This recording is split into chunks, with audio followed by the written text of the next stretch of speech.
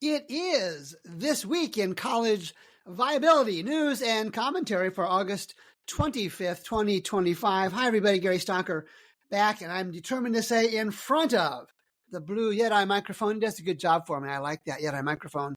Lots and lots and lots of enrollment announcements last week. So I decided to do a little tally exercise. My Google Alerts sent me these enrollment announcements, as it does every week. And you will be interested to see how many of these enrollment growth announcements were really nothing more than carefully qualified announcements, and then how many were clearly legitimate growth stories. And I'll have that for you in just a couple minutes. And hey, as always, if you would forward the podcast link, forward it to your higher education friends and the faculty, administration, board members, neighbors. No sense in just you being selfish and getting the latest news and commentary on the whole industry. Share with others if you would. And stories for this week, for the week of August 25th. What does it mean? What does it mean when a college announces a record enrollment? I'm going to talk about the College Viability 7-second check. Strange things, just strange things are happening at Our Lady of the Lake University in Texas. I'll have details. And guys, I have a college professor whining about cutbacks on low enrollment majors. We'll talk about that. That's the state of Indiana. And how about sadly, yet another college getting accreditation from the Higher Learning Commission, HLC, while graduating less than 30% of its students in 4 years. Just devastatingly bad. And then in this week's wrap, an update on the free College Viability Report available at mycollegeviability.com. So what do we always start off with? Layoffs and cutbacks. Bennington College announces layoffs of 15 staff members. The college's president, in a statement announcing the layoffs, said the school is confronting an uncertain economy and challenging an overall environment for higher education. And this is by Corey McDonald on VT Digger. The links will be, as always, in the show notes. And I've got a couple college drivel stories for you today. The first one is from the president at DePaul University, Robert Manuel, on August 22nd. And here's the new tagline at DePaul University in Chicago. At DePaul, we major in you. At DePaul, we major in you. I'll pause while you process that one. Here's the announcement, at least some of the announcement from, I assume, Dr. Robert Manuel, who is the president at DePaul University. I'm proud to announce the launch of our new official tagline and brand strategy. Our new brand showcases DePaul, how DePaul transforms students into leaders who make a meaningful difference in the world. Our society needs graduates who can do more than just perform tasks. This brand is a fresh way to express what has always defined DePaul, preparing people who succeed in their careers and drive positive change wherever they go. You could release that brand name announcement for almost any college in the country and have similar kind of thought processes. So there's no differentiation. And as I've said before, a college education is a commodity. Yes, the campus is in different locations, different size, different names, different courses, different faculty. But at the end of the day, the commodity is that piece of paper. That piece of paper that says, hey, I got some 120 college credits. I was consistent and persistent enough to pay attention, to go to class, and to do the work. That, my friends, is a commodity. How about a second drivel? We're high on dribbles this week. Drivel number 2. This is the quote, word for word. It's been great, actually, and every week the energy on campus is just getting greater and greater. I'll pause while you digest that profound announcement. It's been great, actually, and every week the energy on campus is just getting greater and greater. Gary Stocker says, that's me. How do you measure energy level on campus? I'm guessing there's no actual gauge for that. drivel number 3 from the University of Utah. All right, I'll do a name this time. Students and families increasingly recognize the return on investment of a University of Utah education. Folks, I read all this stuff. I cannot begin to tell you how many times I've seen that almost identical phrase with a different university, a different college on the end. And I'll remind you of the graduation rate. It'll come up again in today's podcast later on. How few colleges actually graduate even half of their students. Even half of their students in 4 years. Mike Nitzel had a story in Forbes. As fall semester opens, several major universities tout record enrollments. And we'll talk about that in a little bit more detail in a minute. This was from August 22nd. And I took that story and I posted it to social media.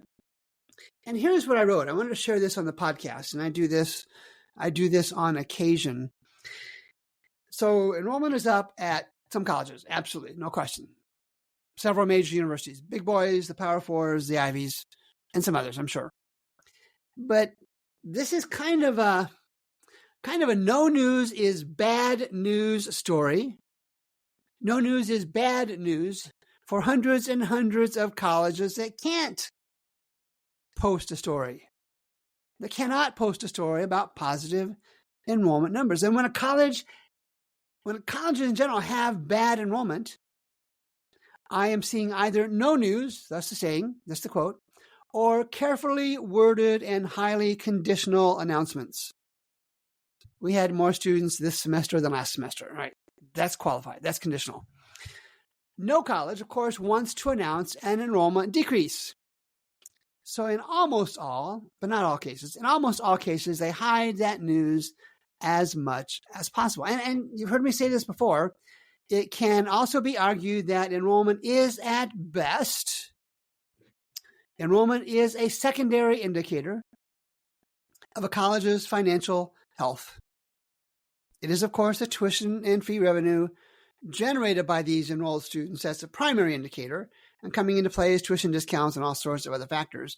And finally, I didn't pay really close attention to my graduate level statistics class, those many years ago, but I do recall that a 1 year bump in anything, up or down, a 1 year bump doth not a trend make. And so when a college says we are up from 1 year, 2 years, even 3 years, that's not a trend in my mind. And we look at 9 year full-time equivalent enrollment, a nice standardized measure. We look at a 9 year enrollment trends on the College Financial Health Show with Matt Hendricks and me. And I'll tell you, I may not have put it in these words before, but when Matt and I look at most colleges, not all, but most, when we look at the enrollment, the FTE enrollment of these colleges, the slope of the line is negative. That's also known as decreasing. It is negative decreasing for a preponderance of public and private colleges. So it's time. I can't remember the last time I did this. A Gary Stocker editorial. The 7-second check on college enrollment stories, right? And again, it's that time of year when colleges flood us with good enrollment announcements. So I used my Google Alerts for college enrollments just for last week and captured all of them that I saw. And there were lots. And I'm not going to read each one. It would take too much time. I am going to count them into 3 categories. The first one is legitimate enrollment increases, that I look at the data and it's legit. The second is going to be from kind of a questionable reporting list. Let's call them the highly spun stories. And as I went through dozens and dozens of enrollment stories and preparing for today's podcast, I made some gut calls. If I wasn't sure, I called them real. That happened a couple of times. And I did note as I was reading these announcements that some colleges were better at spinning numbers than others. And there is one other category that demonstrated decreases. Those news stories that said, hey, our enrollment is down. So let's look at the data. I counted 41 total stories. I read more than that, but some just I couldn't make a call. 41 stories. 13 were legitimate real increases. 32% of the 41. Qualified or hidden data, they just said students showed up, had 24 of the 41 stories. That's 58%. So in my quick assessment, about 6 in 10 college news reports about increased enrollment are at best short-term observations. And as our friends at Forbes like to do with college enrollments, these colleges took morsels of data and made them into statistical meals of marginal value, marginal utility. And in those of the 41 colleges that I have in this little tally exercise, 4 in 41, just a smidge under 10%, said our enrollment has decreased. Now, you and I know that there are hundreds and hundreds of colleges across the country with enrollment decreases. We will hear about very, very few of them anytime soon. We typically only hear about those when those colleges make cutbacks or layoffs, and they'll reference decreasing enrollment. And I understand if you say the enrollment's down, there's an element of self-fulfilling prophecy, and folks will read that and say, hey, I'm not going to a college like that. And even MSN, they had their headline reads, caution behind the headlines. While these early enrollment reports are encouraging, MSN says they are preliminary and represent only a fraction of national institutions. Absolutely. MSN goes on to say, universities naturally spotlight positive data, masking potential declines elsewhere. And they ask some questions as what's going to happen in the future. So there were some options I had here. So here's an example. I'm going to read you an example of a highly qualified, highly conditional, and somewhat misleading enrollment story. This is from an internal press release. And if you would please listen to the whole story and wait for my data point. I've got 2 of them, my data points at the end. All right. This is a press release. Morehead State University, Kentucky, is experiencing a period of remarkable momentum, with fall 2025 new student enrollment surpassing pre-COVID levels and making a multi-year high. Multi-year high, huh? Would that be 2, 4, 10, 200? I don't know. That's just plain silly. It goes on to say, our team is excited to welcome one of the largest incoming classes we have experienced in recent years. That's always an indication of a qualified story, recent years. We haven't seen enrollment like this since pre-COVID, said Dr. Heidi Reed, who is the Assistant Vice President for Enrollment Management. I guess that also means there's a Vice President for Enrollment Management. She goes on to say, students are looking for the best value, and Morehead State University provides that. Stay with me now. Stay with me. Our national rankings, again, they're not listed. Everybody's got a national ranking of some sort. Our national rankings, combined with our beautiful campus and affordable tuition, make us an attractive option. This enrollment comes at a time when colleges and universities across the nation are experiencing a decline in enrollment. And finally, she says, we believe that this enrollment growth is due to students recognizing the value of a college degree, specifically a Morehead State degree. And thanks to those who waited for the whole story, here's my 2 cents. Here's my observations. Morehead State College, Kentucky. Morehead State College has graduated less than 30% of its students in the past reported years. I did not see that referenced in the story anywhere. And the only time it's referenced is when I do stories on this, in almost all cases. That's why I argue it's somewhat misleading. They're not out front that they can only graduate. They only have the systems and processes in place to graduate 30 out of every 100 students that start at Morehead State. Now, I understand someone else when graduated. I understand. Some took 5 or 6 years or 7 years. I understand. But it's the comparison that matters. It's that 4-year traditional standard. If you want to go 6 years, I can do that. It's not just Morehead State. It's too many others. Our Lady of the Lake, Texas, Our Lady of the Lake in Texas, students say that the university gave them no viable options to complete their degree. Our Lady of the Lake started the fall semester this last week with 19 fewer degree programs than it had in the spring. Students say the university isn't meeting its obligations to them. That's the subheading. This is by Camille Phillips on Texas Public Radio on August 19. The story reads, in part, facing a budget deficit, Our Lady of the Lake University in San Antonio, Texas, discontinued 19 degree programs. Although Our Lady officials stated they would ensure enrolled students could complete their degrees, students in the now deleted programs, especially leadership programs, say this hasn't happened. And there's some details, and again, I'll have the link in the show notes to the story. Our Lady of the Lake has declined to respond. They're not talking. Has declined to respond to specific student concerns, providing only a general statement that they are committed to helping students graduate, of course. The students, however, feel the university is being dishonest and protecting its own interests at their expense. Amen, brother. How many times do we see that happening?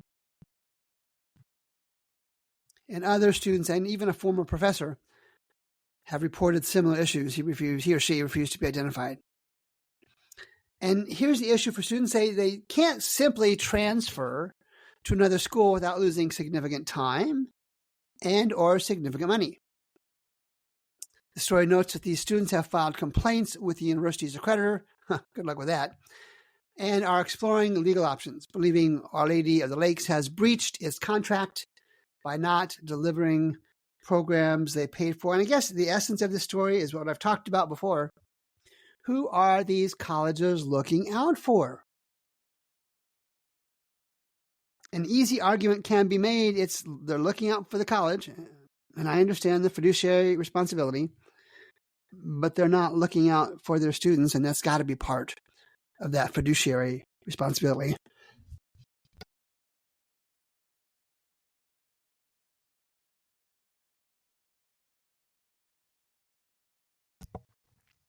Page 3, let's go all the way out to the left coast. Excuse me. The University of Oregon faculty speak out against looming layoffs next month. Nathan Wilk at KLCC had this story on Oregon Public Radio on August 22nd. Faculty at the University of Oregon are raising concerns about impending set of layoffs. The university is seeking an average of 2.5% cuts across its schools and colleges in order to help fill a budget deficit. That's interesting wording.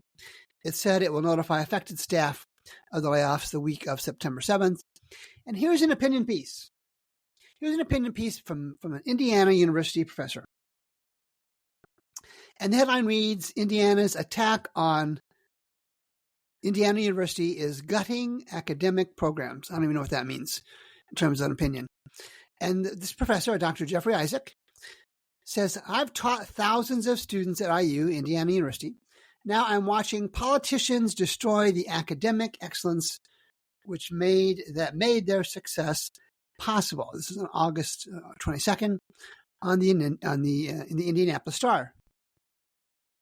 Dr. Isaac said programs thrown into limbo include American studies, religious studies, philosophy, comparative literature, and almost every language other than English.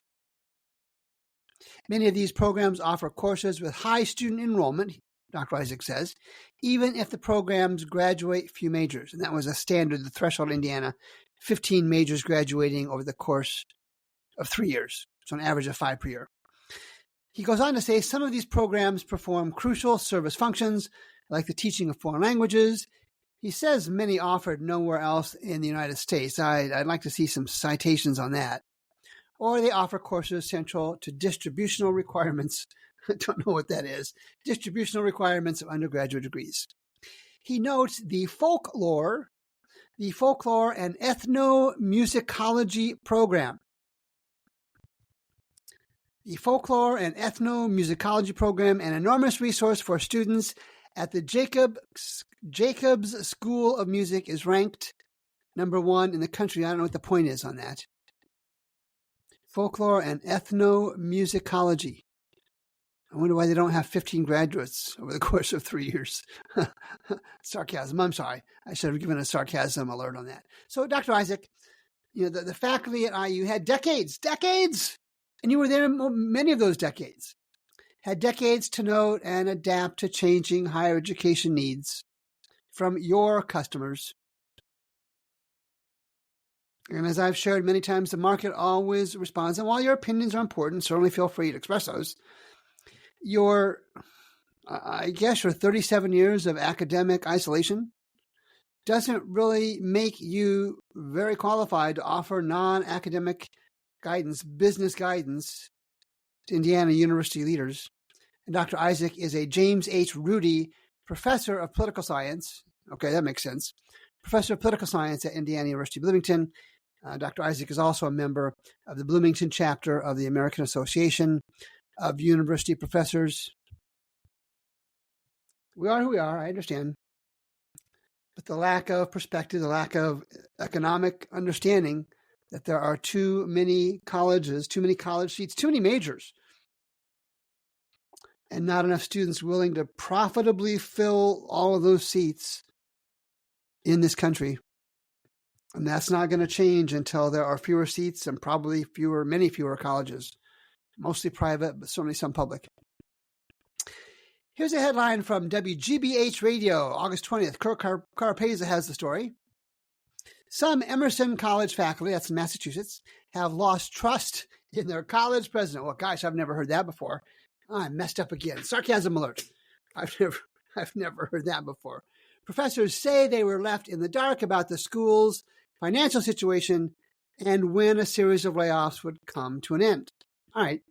I went and briefly looked at the data on this, and of course I'll have the story link in the show notes. And right, the net income margin and the net tuition revenue are okay. They're trending in a good direction. Here's what I think is happening at Emerson. Their leadership is looking at two things. They're looking over the last 8 years, since 2016, total operating revenue is up 48%. That's good. That's really good. But total operating expenses are up 57%. So do the math on that, put your fingers and toes. That's a 9% gap in expenses, too many expenses compared to revenues. And they're trying to get ahead of the game.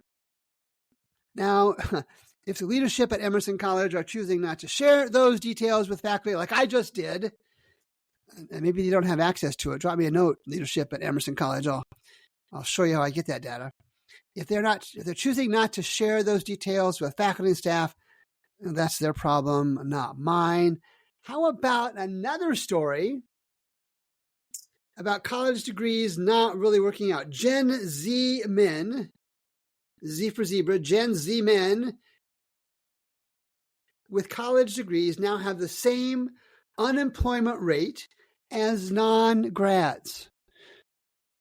Generation Z men with college degrees now have the same unemployment rate as non-grads, a sign that higher education payoff is dead. This is from Preston Four, who's a staff writer at Fortune.com. I missed the story initially. It was out on July 2nd. I've got the link for you. Here's the summary. Generation Z is increasingly slamming their degrees as useless.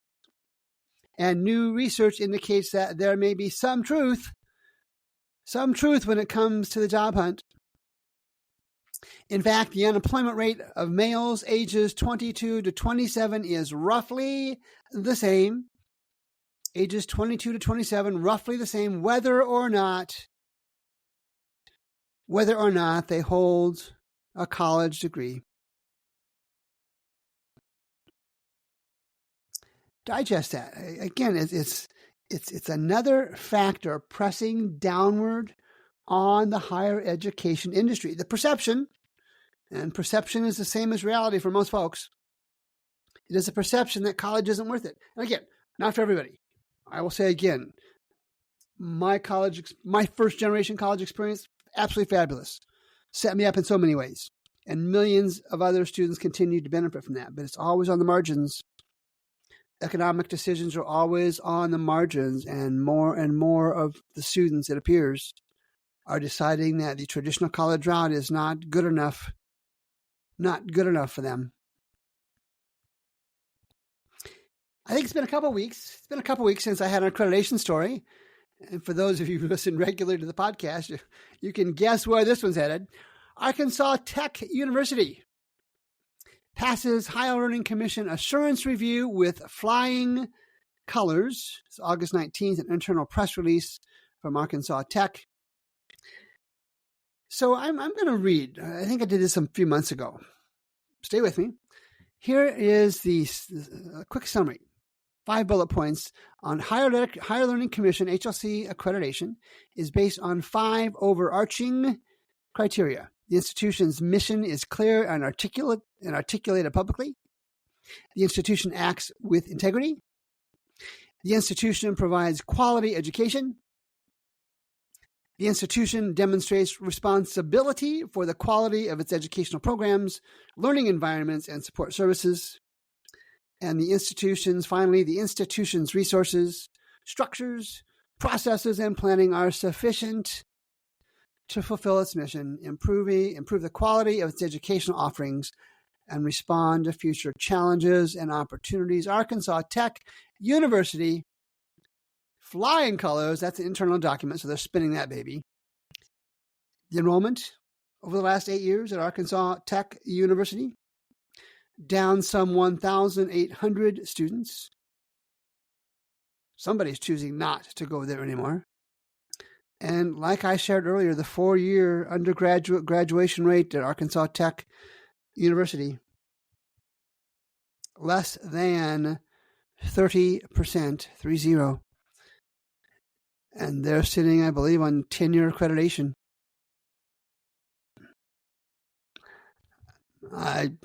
So sad. So sad. And let's do the wrap. The mycollegeviability.com free college report has been available for 3 weeks now. And really with minimal marketing on my part, yet, the number of requests from students and parents and college faculty has been noteworthy. Not quite 200 requests. And as I make time to market this free report that's coming, it's quite likely the requests will grow into the thousands and probably many thousands. So why do I bring this up as I wrap up the story? As I wrap up today's podcast? It's the tipping point. It's the tipping point that I have talked about so many times. As you have heard me say before, we appear to be in a period where the college student market is moving toward bigger names and bigger colleges. The Power Fours, the Ivies. So our free and soon to be released paid reports will be a resource for students and their families to make more informed decisions about the financial health of colleges they are considering before adding them or putting them on their search list, or if they're transferring before looking at transferring to college. And so essentially College Viability, my business, my company that started in 2019, is kind of becoming the higher education version of the Kelley Blue Book. Of course, the Kelley Blue Book kicks tires on cars, and here at College Viability, we kick the data on colleges. And you've heard me call it the reverse FAFSA. Families give their financial data to colleges, and the apps that I have created give consumers, students, families, and others, timely comparisons for private colleges they are considering. They're getting the data, the financial data about colleges, just like colleges collect data about them. So whether you are a college leader, a college board member, or faculty, or staff, student, or family, there's a College Viability app for you. We have a series of apps available.